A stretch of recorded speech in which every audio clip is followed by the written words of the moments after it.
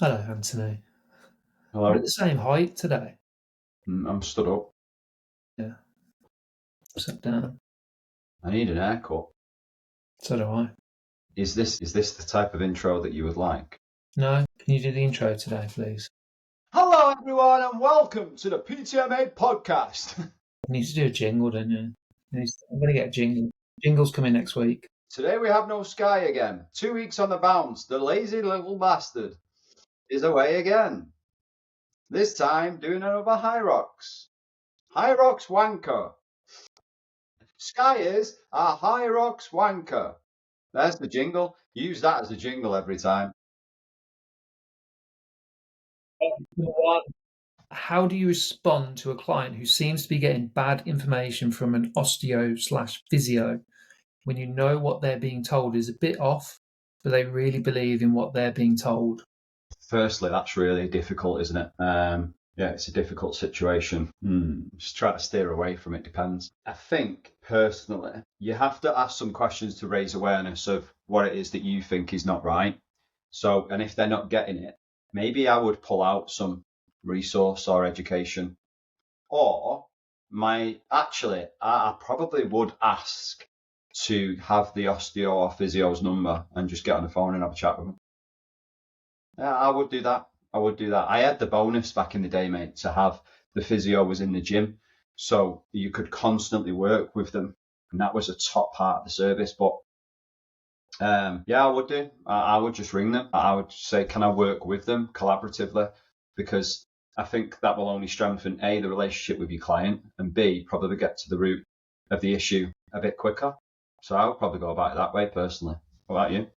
I'd do the same. Because information that is through a third party, i.e., physio telling or advising the client to do something and then comes back to you, can be a very different version of what the physio maybe said at the beginning. So, yeah, I would definitely try and form a relationship with them and try and work together. And at least, like, you will know where they're coming from. It might be a different angle where you think they're at. But yeah, I would close the gap of Chinese whispers as much as I can, really. Yeah. Next one. All the PTs are slowly leaving my gym for various reasons, so there will only be 4 of us in a month or two. How can I capitalise on being in a gym with very little PTs? I want to clean up. Get a broom and Get a broom. get a broom. Same as everything, mate. Create as much awareness as you can. Approach people as much as you can. Like, do things that are going to make you stand out. And by the sounds of it, being approachable and being a good coach and being proactive is going to be that thing that helps you stick out. The simplest things really, really do. So I would stick to the basics. I genuinely wouldn't do anything particularly different than what you know you should be doing and do. So I would be, yeah, doing the basics, getting out, meeting people, showing them what I'm about, helping as many people as I can, building some rapport, gathering like a bit of a following from the gym floor, um, creating a great atmosphere, giving unbelievable customer service, getting a buzz around the gym with like challenges. And yeah, I mean, nothing normal than if you said the gym's full of 30 PTs, I would still say exactly the same thing, to be honest. Say anything different. You know, it's pancake day tomorrow. Things to think about when opening a gym/studio in an area which isn't short of gyms, studios. P.S. I'm not moving. First of all, do you know it's pancake day tomorrow? That has absolutely made my day. No, you're welcome, Nick. Right, things to consider. I would do a massive competitor analysis sweep across all of the gyms and get some facts first. Because what you'll probably find is that'll give you confidence because knowing this person and their market, I'm going to take a huge assumption there isn't many that will target the demographic that you want in your gym. That was a massive assumption, but I'm only guessing that. So I would do a big competitor analysis sweep across the area. And then from a focus perspective, I would do the general stuff that I would, as a bit of a checklist, like look at size of facility, look at certain things about what you would need, so potentially parking and all of that type of stuff. Look at kit list and wish list of kit list, all of that type of stuff. Look at budgets and building out a P&L as if you're literally building it out to get it next week. All of them considerations put you right in the center of reality, first of all, because, for example, near me, there is literally hardly any units. And when they do come up, they're extortionate because of that reason. And then because there is hardly any units, when they do come up, there's hardly any units with parking and all of that type of stuff. If it's an overpopulated area with small boutique style private gyms, you'll probably find that you're limited with that stuff. So that will steer your decision. So them styles, that style of logistics that I would focus on first. Build out the P&L, build out the wish list of kit. Make sure that you've got a good idea of space in terms of the size of the facility and all of that type of stuff. Spend probably too much time on Rightmove, like I do sometimes, looking at commercial properties just purely out of fucking interest. That type of stuff I would take into consideration, but I would definitely do a bit of a competitor analysis sweep first. What else would I do? I'm sure there's lots more. Anything you'd add? There is a lot. No, actually, no. Those are the immediate things, I think. And one thing I would say is that having lots of small gyms in the area would fill me with more confidence than not. Like, a lot of people would see it as like a barrier to, oh, there's lots, so there's no point me doing it. There's actually probably more of a point you doing it. It sounds strange and stupid, but if it's more of a culture within the area to go to a small private gym and people get it, it makes the marketing a little bit quicker and easier. You know what I'm saying? I do know what you're saying. Next question.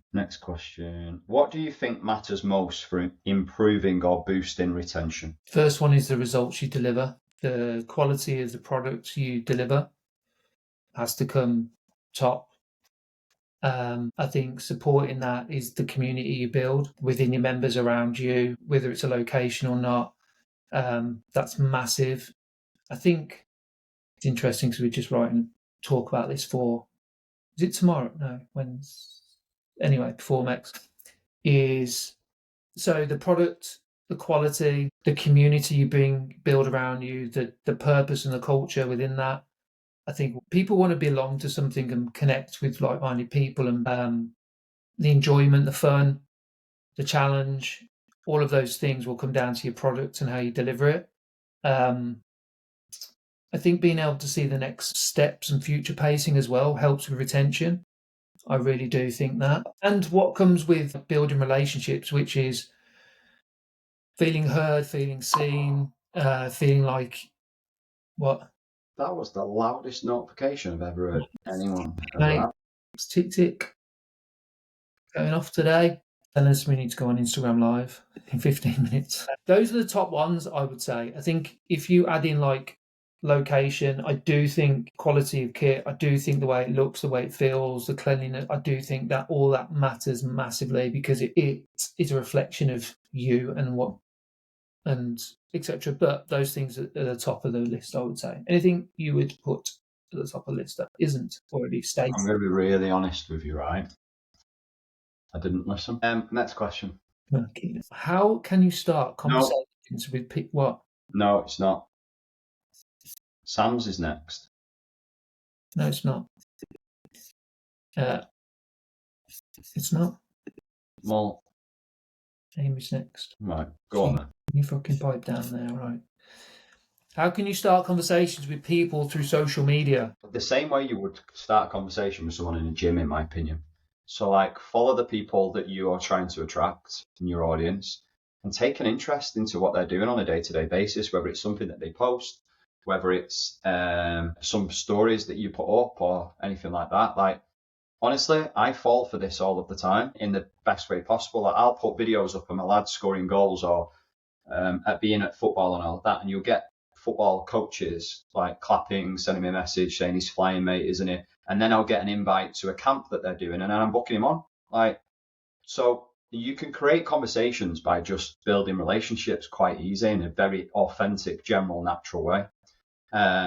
So I think that first and foremost, take an interest, have time booked in your day to take an interest and give a shit about the people that are in your demographic or in your market. What you'll find is you're probably not following enough of the people that you want to attract in your business. So that's probably going out of your way to follow more people in the gym, follow more people in the local area, follow your mates, friends, all of that type of stuff. Like, put a bit of time into that because I think personally it matters. Apart from that, using interaction stuff like polls, question boxes, stickers, that type of stuff on stories makes it a little bit easier to then message people and interact with them and ask for their opinions on certain stuff. And then my last point I'm going to say is that stuff that you put on stories, put some lower barrier stuff on there that people are going to comment on. Like, I know if I think I put something on about my lad having a PlayStation for Christmas and getting people to vote on it, and hundreds more people voted on that than I would do about the goals one that I've put on today. So it's having that varied approach to that so you can create conversations off the back of it. Anything you'd add? You listen. What's the worst job in the house to do? Mine is emptying the food bin. That's the next question. My worst job? Cleaning the bathroom, actually. Yeah, it's a shit job, that. Really terrible job. Yeah, I agree. Stacey will not listen to this podcast, but she would be like, when do you ever fucking do that anyway? But I agree. That is a shit job. For no reason particularly, just a shit job. Yeah. Anyway, any notable moments from your personal life with family? Notable moments with personal life with family. I've shared one today, actually. It's an old post, but mainly because I committed to sharing a bit more personal stuff in the new year. But I think a really notable moment for me is having the opportunity to pick my kids up from school and drop them off. It sounds so stupid, but I spent the last 15 to 20 years before that not being able to do that. Like, my daughter's 14 and my lad's 8, and for the past 2 or 3 years I've been able to do that. And the daily stuff of not being able to sacrifice missing a hobby and all of that, like, they sound so small, but they're like big, massive, notable wins for me. So I would say that. Is your parents still here as well, Nick? We've just gone up north actually today. Next question. What did you say? Gone to Hull. Gone to Hull? Oh, not going to get out of there. What are the key requirements for opening a successful small group personal training facility? We've got some. So, what did you say? So I don't say the same thing. I said about Meta analysis. Yeah, I also said about having a look at kit lists, building a P&L of costs and expenses, all of the stuff you don't want to do but need to do. Okay, so I would say key requirements for opening a successful small. The one that wasn't mentioned was a clear core offer. And yes, small group is, but that's going to differentiate yourself and pull the people in that you want to work with. A solid marketing system to bring in the right leads into your business. Automated and personalized onboarding process, again, to bring people in and make feel they're taken care of, they know what's happening. Again, I'll repeat it, the product and the service being the best you can possibly make it. I think also, like, expectations and phases through that opening period, I think is important. And the model that you're going to run and use moving forward. And I don't mean like small group PT, I mean like when personal trainers and coaches open a facility, I would say the people who aren't successful are the ones that don't change their mentality from being a coach to either a gym owner and an operator and just stick to wanting to do coaching, which is fine. But in reality, you are changing your job role to being more, whatever that percentage looks like, to being an operator. And in an operator, that means more sales and marketing. It means more systems. It means potentially being able to take on people, so forth and so forth. So the mindset shift is a massive requirement, in my opinion. You can no longer get away with, not that a lot of trainers can, just working inside their business. You'll get caught out pretty quick with operating your own business out of a bricks and mortar facility. So I would say the mindset shift and the acceptance that probably the stuff that you didn't want to do leading up to this, you're going to absolutely have to do because the costs have just probably doubled. and the responsibilities have probably just doubled. So yeah, those are the other ones that we didn't mention earlier. Top 3 supplements. I don't really take any. Yeah. I'll be honest, I'm going right against the industry trend here, aren't I? I don't, and I absolutely should. But I fucking don't. Right. If anyone wants to fight over that, I'll have a fight and we'll have a straight now. That ass.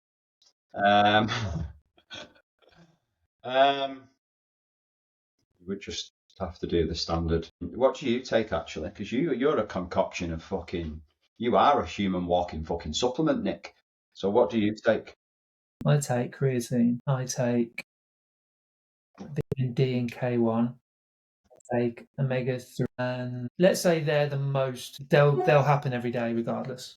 That's it. Really? All of that is in my cupboard downstairs, and none of it gets used. I'm terrible for taking like the vitamin D and K1s from March. It's a spray. That's so much easier than creatines and gummies. That's a lot easier. Cute. But I have too many. I swear, I fucking sweet. It's better than having a drink, that though, I suppose. Yeah, and electrolytes. That's it. And no, I'm joking. Next. Changing gyms, what are the top 3 things that I need to do to build clientele back up? Number 1 is learn as many names of members as you can in the gym as quickly as possible. Number 2, building on that, learn and help as many people on the gym floor as possible. Number 3 is from helping those people, make sure they're aware of what you do and how you can help them further.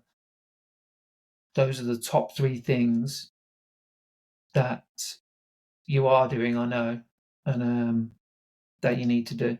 About as simple as that. We go into nuances and different bits and pieces, but those are the top 3 things that every gym floor trainer who wants to build clientele should be doing. That probably isn't.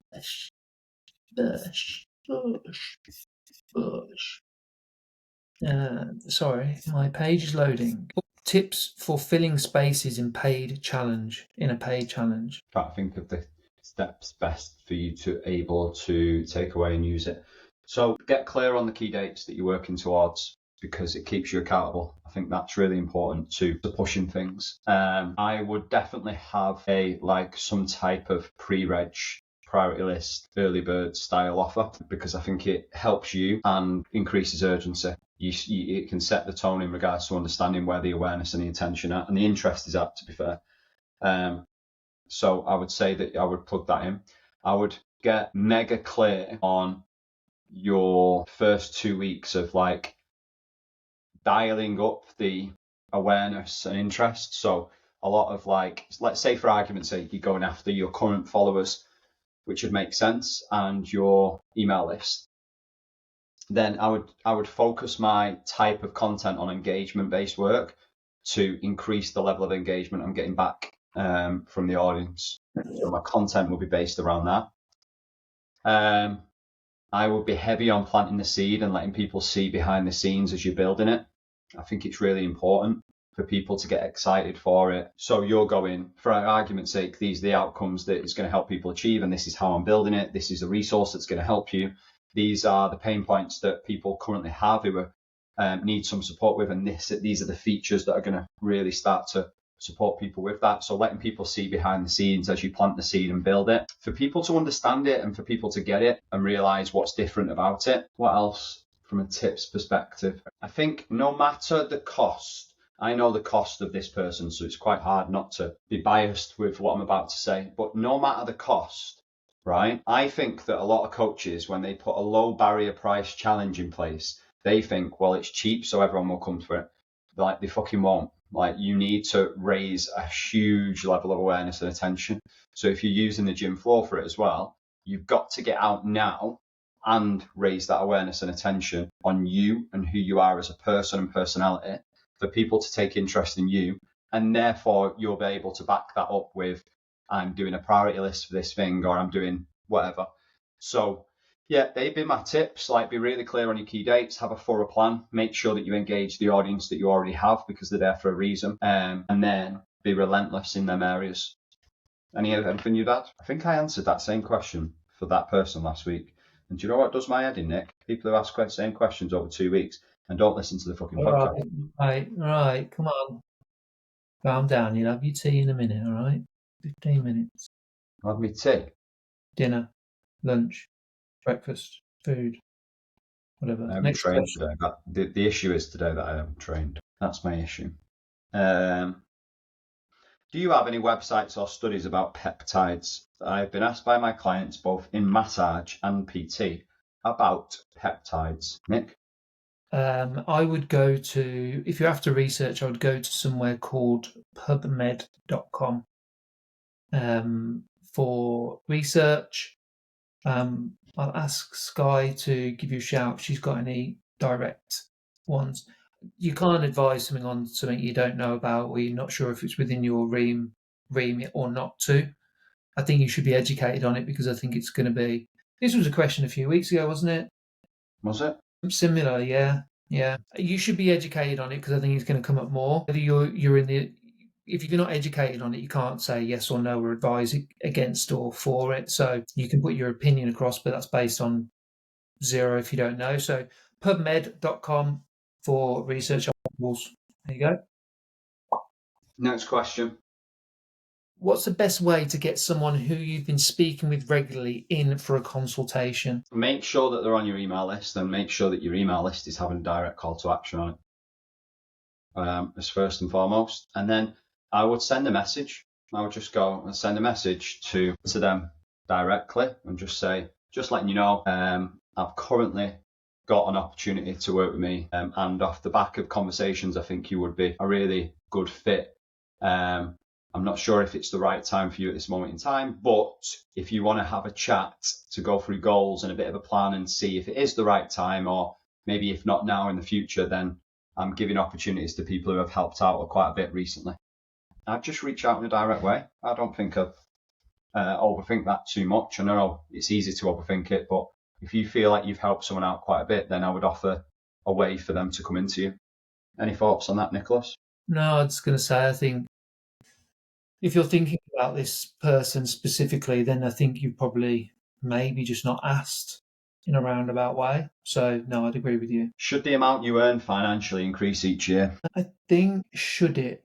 That's a very, very leading question. Depends on what you mean by increase, I guess, my first thing is, because I'm just trying to relate this maybe relatively to an employed role. An employed role generally, this, and again, this isn't like minimum wage goes up every year by X amount of percentage, right?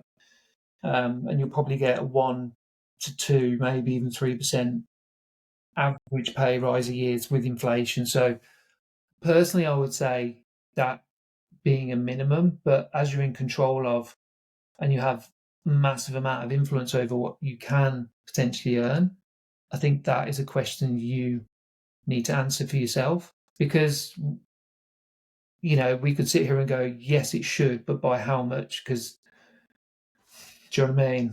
There's within the remits and the model you've got now with growing, there's a lot of kind of nuances to that. But should it? It should match, if not exceed, in my opinion, a little bit more from inflation perspective.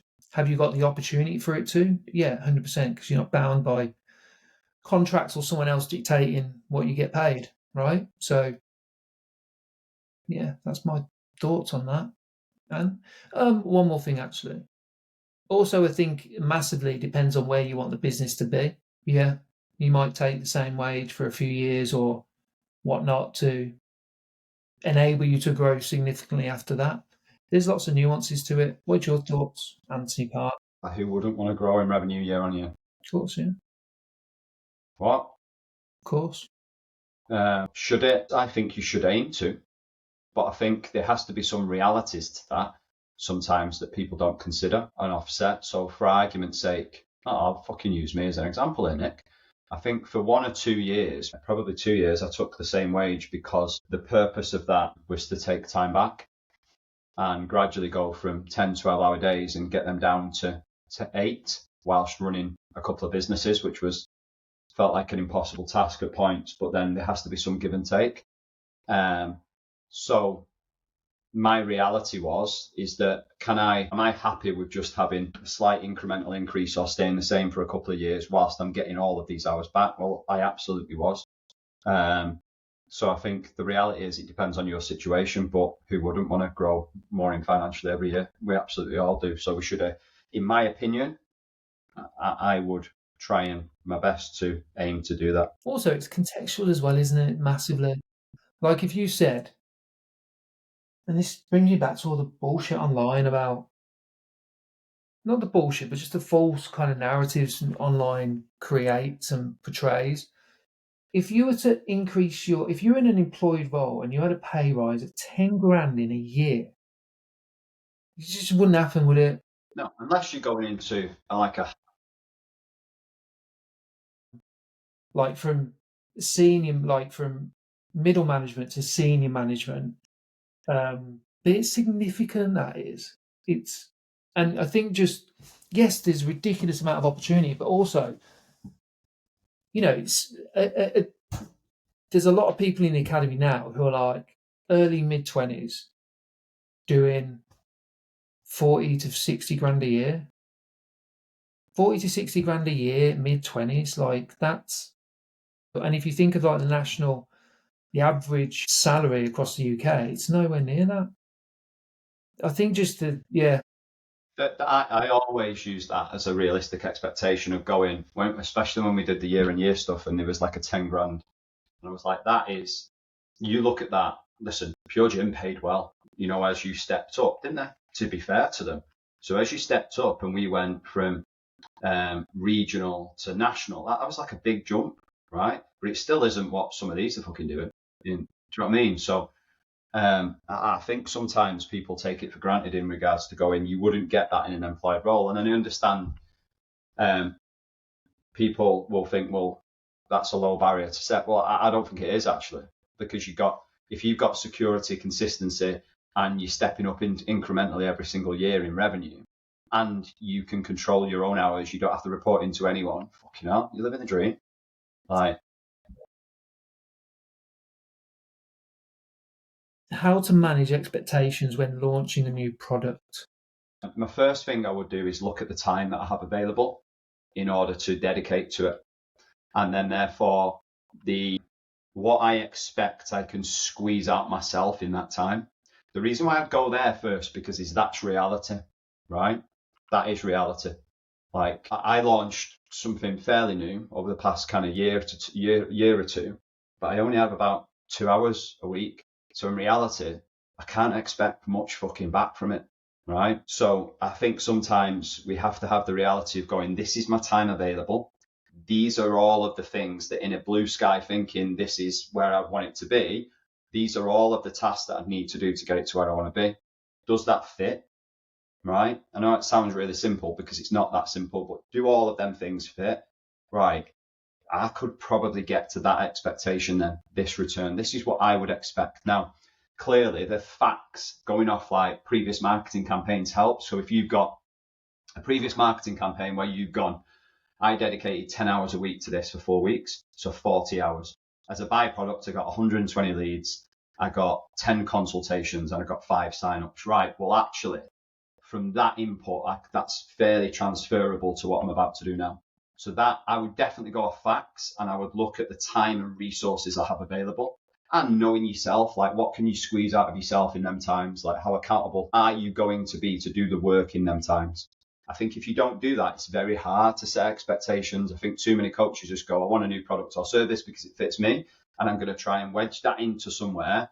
And if it doesn't meet my expectations, then my world's crumbling down. Well, it fucking's going to crumble down if you don't really set the expectations clearly from the start, going off the back of what I've just said. So previous marketing campaigns, but more so time and resources available. What is it that I need to have done? What could reach me X amount of people in the business and this amount of revenue? Cool. Can I squeeze that into that time? And if I can't, then I need to manage my expectations slightly. That's personally how I would go about it. What do you think?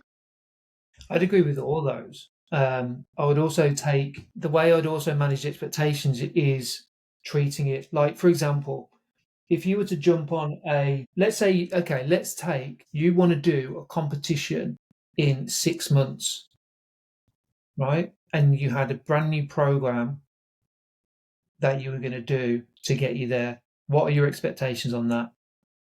Similar, isn't it, in regards to what you import, how you adjust things? There's going to be adjustments along the way. How do you know that? Because you manage, you track, you have a growth mindset to adapting. And not a lot of people have that when it comes to marketing and business. They want results now, didn't work, give up, the thing didn't work, it's not right for me, blah, blah, blah. It's just too much of a fixed mindset towards it. So yeah, how I'd manage my expectations, I'd also look at it not from a do this, get this return. It would also be do this, get this return, but also know how to then improve it for next time I do it. So again, that's how I'd also manage my expectations. Remember, you're getting people to buy. It's not £10 shitty things from a shop. It's like hundreds of pounds a month over a course of X amount of months. It's not a flash in the pan. You've got to convince someone that you can deliver the results, that you are a person of trust, that you've got to get someone to like you, you've got to get someone to understand what you're positioning, you've got to connect with someone. These aren't like, I know social media again paints a picture like these things are fucking easy. It's not. If they were easy, everyone would be doing it and no one would have an issue and we wouldn't have a job. So I think manage your expectations based on that. It's not. That's such a good point. Like, I think sometimes because the nature of most personal trainers are you love short-term gratification because you come into the industry to get massive and you started getting massive, and that mentality in bodybuilding or whatever it is starts to creep into your business. And like I did got these results quick, and that mentality of results and expectations is ingrained in most PTs from a sporting background and everything. So I think that sets most PTs up to fail with their expectations. So you've got to manage them in a way of going, actually, I'm charging £200 to £300 a month for this coaching service. Realistically, the amount of inputs, attention, awareness, interest that I need to generate for people to really understand it, get it, and know it's going to be worth an investment, like that's going to take time. That's going to take a lot of work from you. Look at your own buying behaviors and how you come into the mentorship potentially. I bet it wasn't off the back of a week's worth of fucking content. I bet it was a combination of months and years in some cases. So yeah, have that reality check. Good shout. Next question. How would you manage clients' scheduling around my quarterly holidays? As I can't adjust or remove sessions from their package for a single month, they end up booking their regular number of sessions and flowing into the next month. I've had 1 or 2 clients move so many sessions they are already fully booked in for a month ahead and wanting to pause a payment to catch up. That's how do you manage it? You sort out your terms and conditions and onboarding, how you manage it going forward. Clearly, that isn't set up with your holidays or time away from you being in front of people on the gym floor to accommodate for that. So you need to go back to basics in regard and the foundation and go, how am I setting people's expectations and communicating that when they come into the business, and reconfirm that when they're onboarding into the business so I can then manage that so don't get into that position there. Yeah, the only way you've got that, you need to catch up, but that's how you manage it going forward. Honestly, I've had 1 or 2 clients move so many sessions. And it's also having boundaries on you've allowed clients to move sessions at the end of the day for a month ahead, so wanting to pause a payment to catch up. Yeah, I don't see particularly much unless you have a really intense month of training those clients. You're kind of caught between a rock and a hard place, really. But solution: re-engage all the current clients on terms and conditions, on your ways of working, the operations of your business. Anybody who comes in, you've got to make sure that that is nailed down solid. Which I'm surprised at this. Anything you'd add? Could you quit a club altogether and gain what you lost with the time you now have, or is it unrealistic to think so? Could you quit a club altogether? So could you quit your... Gym, I'm guessing that is. Oh, I wish there was more on that. Depends what you mean by gain what you have lost. Yeah, I mean, 100%. You've moved clubs previously, and done that. You've started an online. The business has started an online offering and service which is doing well. So, short answer to that is yes. What's realistic and unrealistic is probably more of a question on timeline more than anything else. So, yeah, but timeline and expectations on that is probably something a bit different. What do you think? Probably going to have to be patient, manage your expectations, but it depends on how much effort, time, energy, focus that you're going to put into it, like anything. Like, there might have to be a really long, hard days of short-term sacrifice in order for you to do that, but realistically, it potentially can be done, but it's difficult to say without the detail behind it. Sweet as a nut. That's it. Good. Excellent. Any final thoughts? Final thoughts are the theme of today's get off social media. Theme of today, what? Get off social media and don't buy into the bullshit. It is better. On that note,